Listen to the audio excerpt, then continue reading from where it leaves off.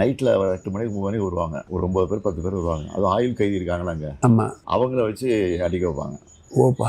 வரிசையாக 10 ரூம் இருக்குன்னு வச்சுங்களேன். 10ஆம் நம்பரில் கூப்பிட்டு அதில் 10 பேர் வருவாங்க. அடி எங்களுக்கு சத்தம் கேட்கும். நாங்கள் 1ஆம் நம்பரில் இருக்கோம். அப்போ எங்களுக்கு வர வரைக்கும் நாங்கள் பயந்துட்டு உட்காந்துருக்கணும். அடித்து முடிச்சாவிட்ட தெளிச்சிடுவோம். எழுதி கொடுத்துரு, நான் கட்சி விட்டு விளைக்கிறேன் அப்படின்னு கேட்பாங்க. ஒரு 5-6 பேர் எழுதி கொடுத்துட்டாங்க. பயந்து அடி தாங்க முடியாமல்.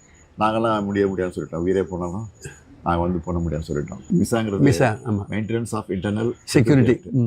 அது வந்து கோர்ட்டுக்கு போக முடியாது. இப்படி 4 மாதம் அப்படியே இருந்தோம். அதுக்கப்புறம் தலைவர் என்ன பண்ணார், ஜெயிலில் இருக்கிற எங்கள் குடும்பத்தெல்லாம் பார்க்கணும், கைதிகளை பார்க்கணும், அலோவ் பண்ணலைன்னா நாங்கள் ஜெயில் வாசல் வந்து உண்ணாவிரதம் போகிறோம் அப்படி தலைவர் அனௌன்ஸ் பண்ணிட்டார். பயந்து போய் என்ன பண்ணிட்டாங்க, இன்டர்வியூ கொடுத்தாங்க. ஃபஸ்ட்டு தலைவர் கொடுத்தாங்க. தலைவர் தான் பார்க்க மாட்டேன்ட்டார். கட்சிக்காரனா எவ்வளோ பேர் இருக்கான், என் பிள்ளைய பார்க்க ஃபஸ்ட்டு பார்க்க மாட்டேன், அவங்களெல்லாம் அலோவ் பண்ணுங்க, பண்ண பிறகு நான் பார்க்குறேன் சொல்லிட்டேன்.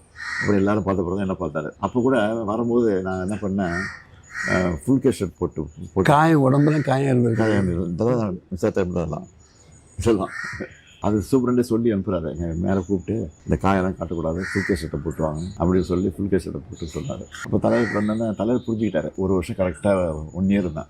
1 இயர் இவ்வளோ இருக்குதுங்க. ஆமாம், 1 இயர் தான். வெளியில் வந்த பிறகு நாங்கள்லாம் சேர்ந்து கம்ப்ளைண்ட் பண்ணி அப்புறம் இஸ்மாயில் கமிஷன் என்கொயரின்னு ஒன்று போட்டாங்க. அதில் போய் இதெல்லாம் நான் சொல்லியிருக்கேன், எல்லாம் பதிவாகிருக்கு. நான் 89 ஜெயிச்சு உள்ளே போகும்போது தலைவர் சிஎம்மாக இருக்கார். அப்போ நான் இதெல்லாம்